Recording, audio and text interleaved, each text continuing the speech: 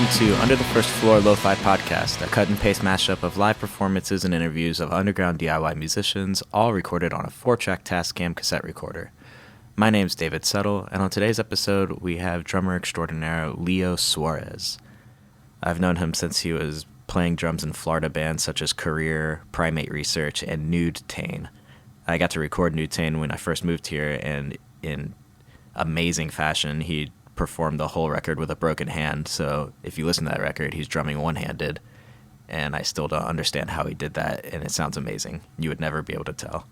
He currently performs in bands such as Carnivorous Bells, a new hardcore band in Philadelphia, and Toned, an improv project that's kind of spread out around the U.S. He's also toured with bands such as Taiwan Housing Project and Merchandise. Leo is an improv musician who utilizes a lot of extended techniques, such as in this performance, he was kind of throwing marbles onto different drums and playing different parts of the drum set in ways I've never seen before. It was really amazing to watch, and I hope it translates to the audio. This might be a little weird of an episode for people, but I hope everyone gives it a chance. It's one of my favorite episodes.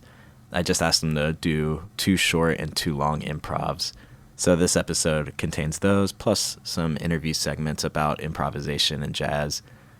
Just kind of picked his brain because it's a subject I don't know much about, and I don't think a lot of people do. So I hope you enjoy, and here's the first improvisation.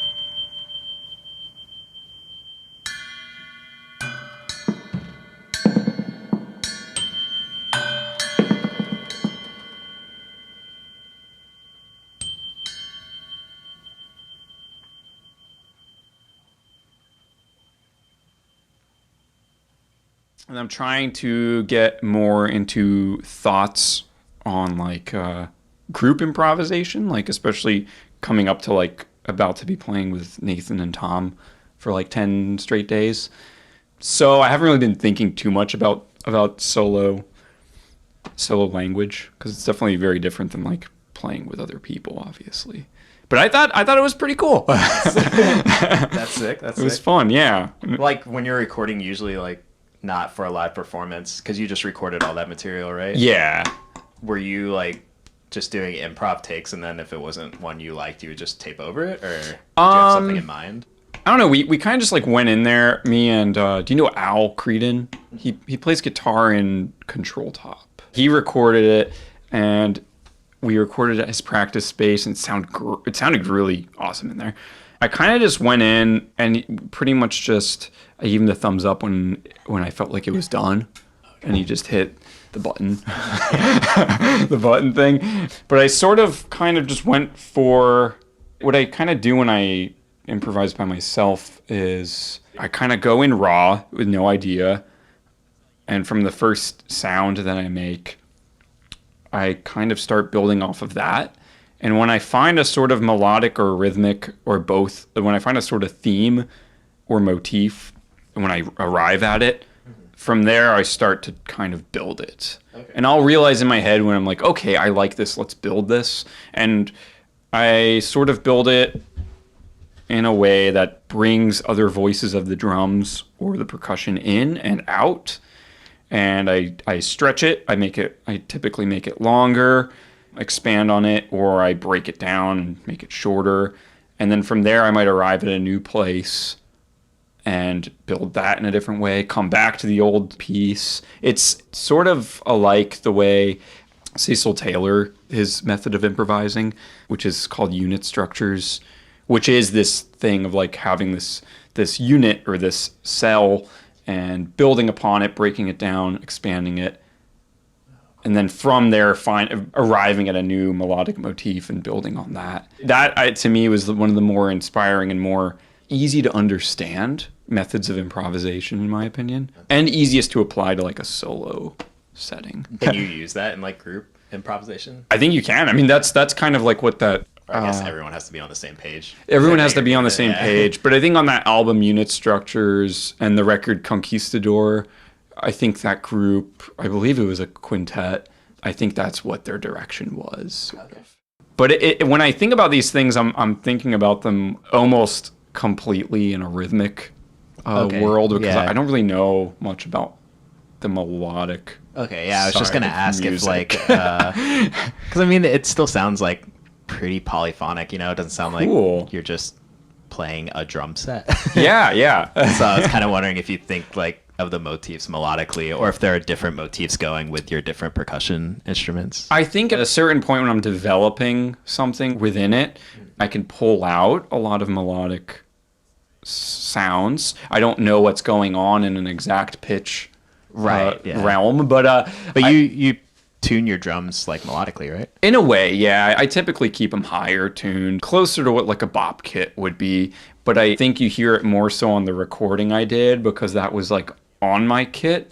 But I keep those things, I let those things ring out like crazy, because I feel like if I can create this bedding of overtones carrying, whether they're like nasty and disgusting sounding or not, then on top of those overtones, I can develop on the immediate sounds, which I typically refer to as hard sounds. So sounds that are more staccato and are gone just like that. Okay, yeah. As opposed to like soft sounds, which would be more cymbals being hit with a mallet, or like toms being hit that carry out. Mm-hmm. So if these hard sounds are happening on top of a bed of these soft sounds, then it's kind of like two worlds sitting on top of each other. Definitely.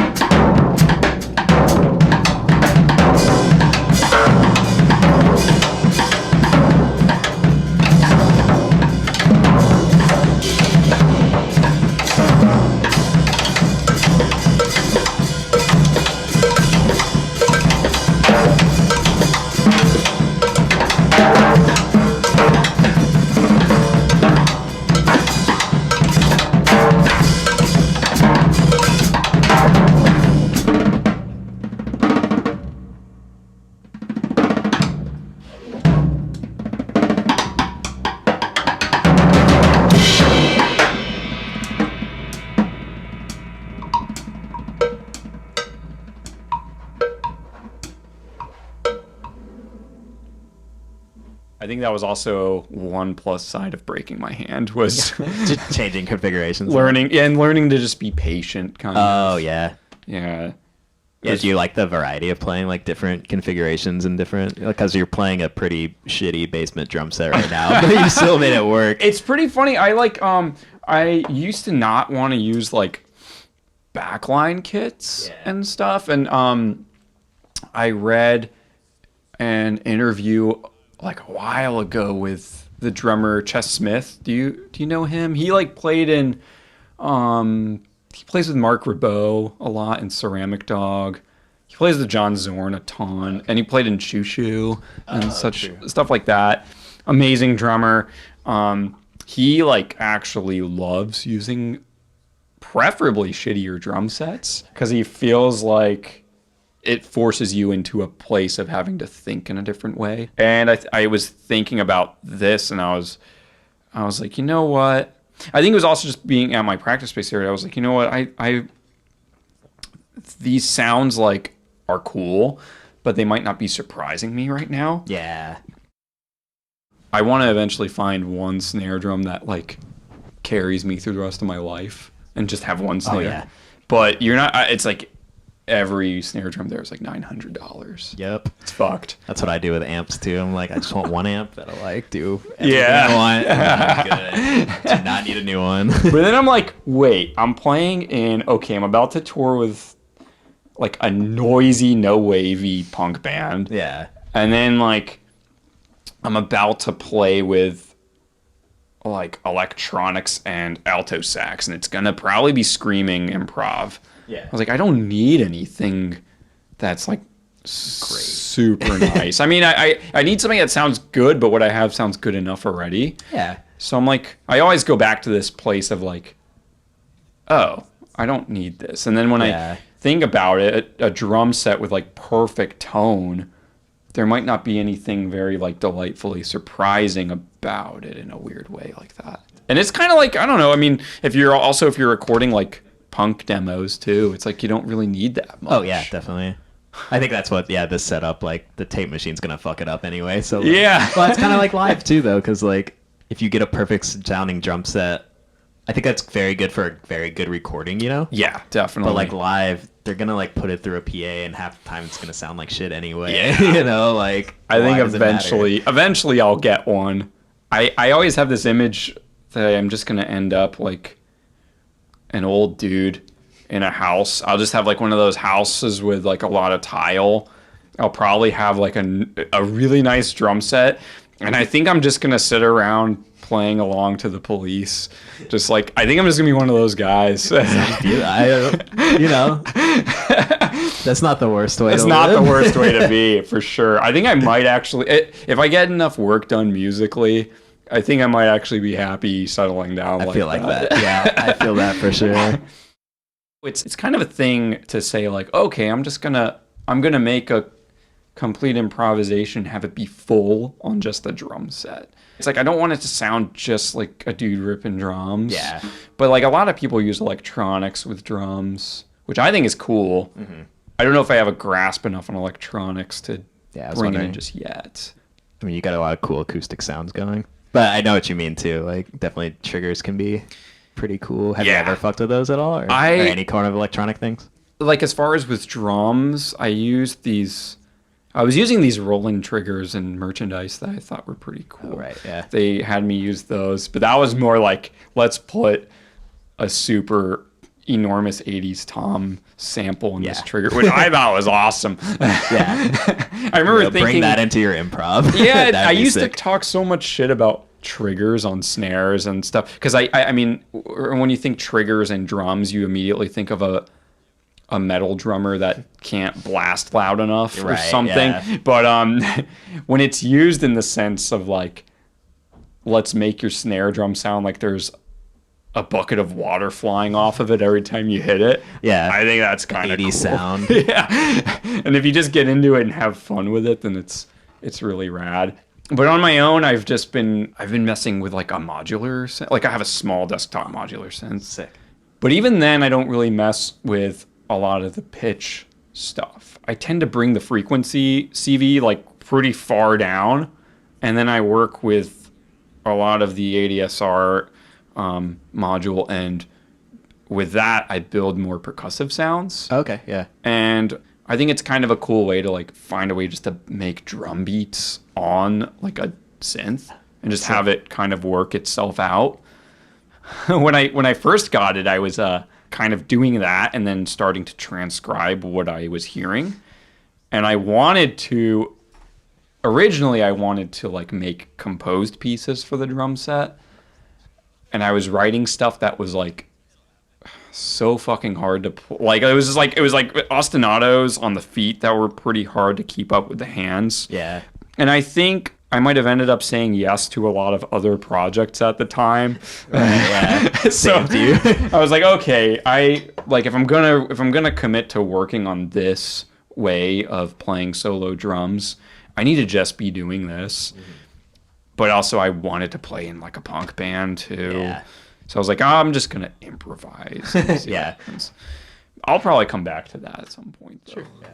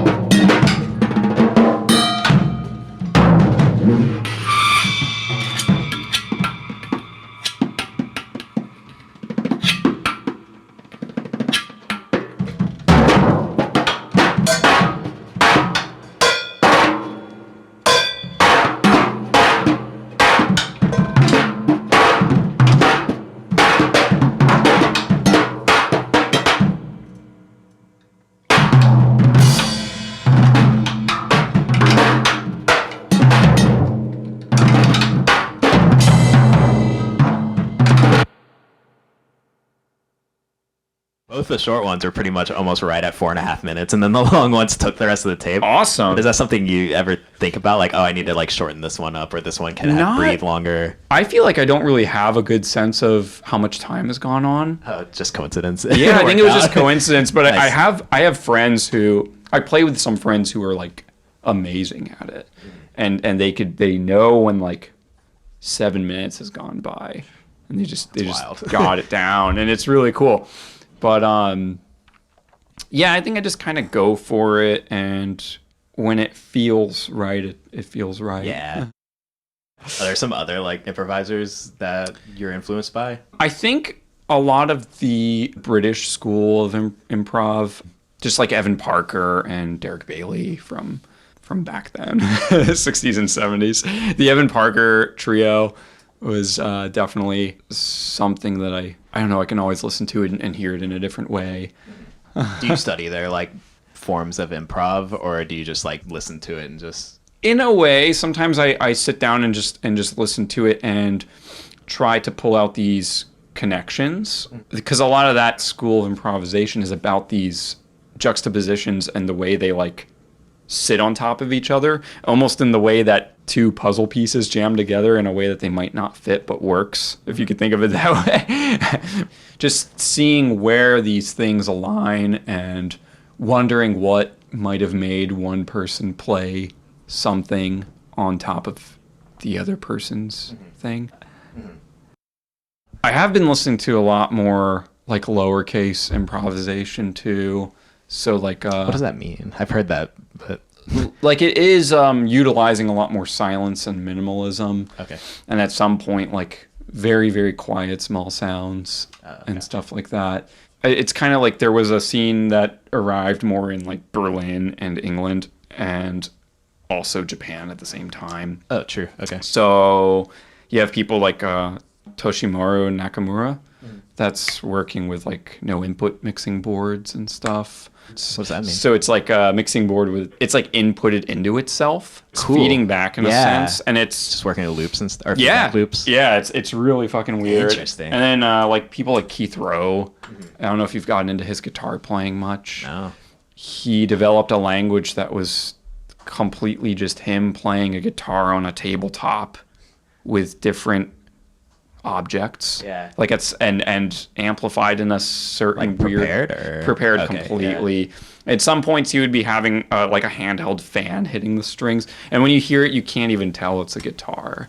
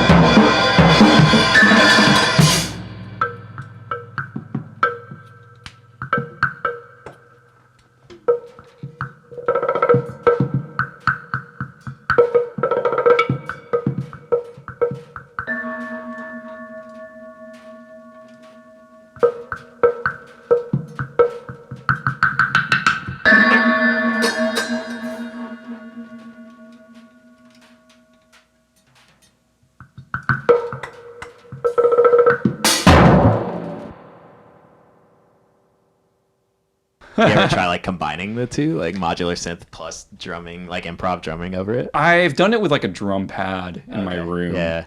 But I need to bring it to like my Seems like it would practice be space. sick. It might be pretty cool. But I'm working on a duo right now with my friend Ada.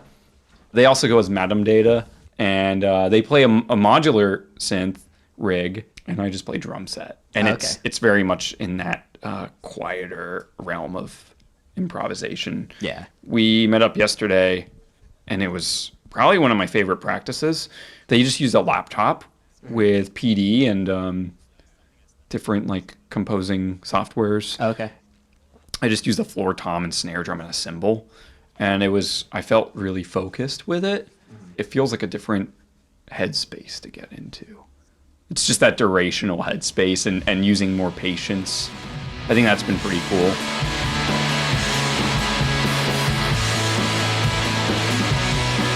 Thanks so much to Leo for coming down. You can check out his records on his Bandcamp, leosuarez.bandcamp.com. That's LeoSuarez.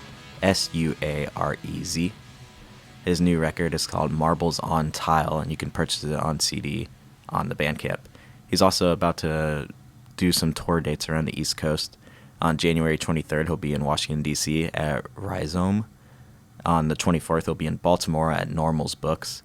On February 2nd, he'll be in Kingston, New York. The 3rd, he'll be in Connecticut at Willimantic Records. On the 4th, he'll be in Cambridge, Mass. at Outpost 186. And on the 5th, he'll be in Pawtucket, Rhode Island at the News Cafe.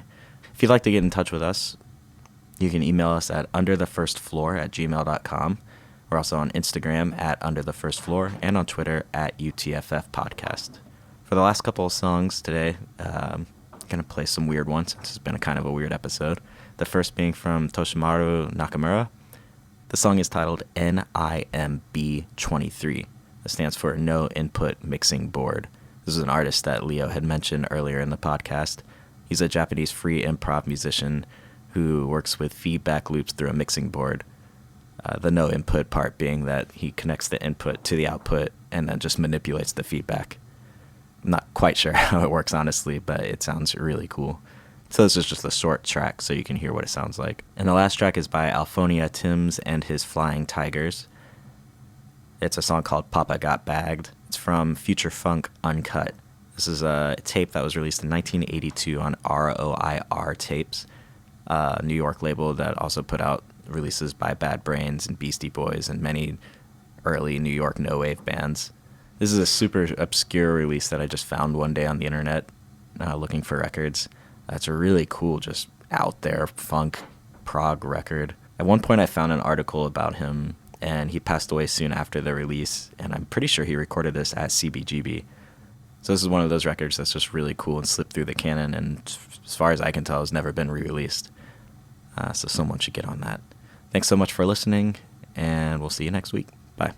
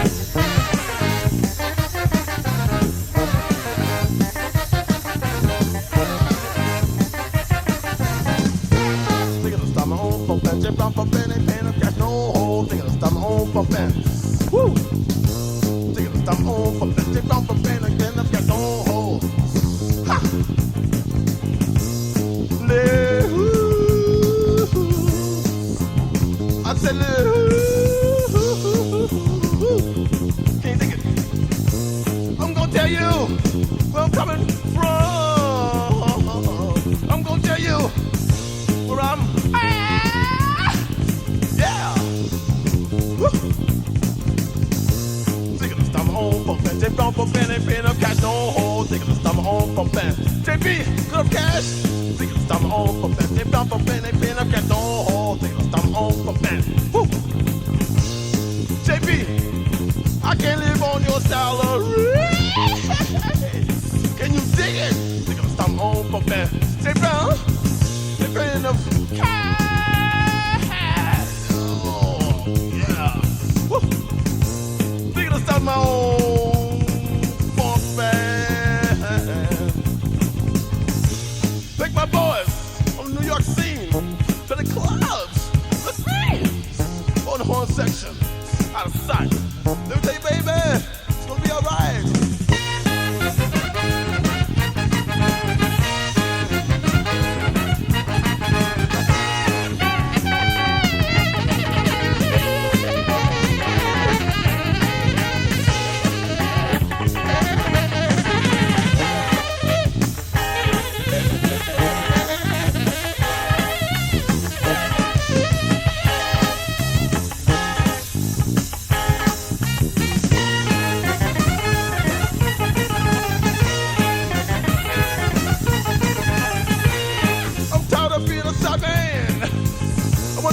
That's round. Look pretty.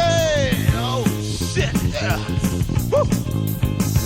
Taking a stomach on for fan. They bound for fan. They paying up cash. No hold. Taking a stomach on for fan. They bound for fan. They paying up cash. No hold.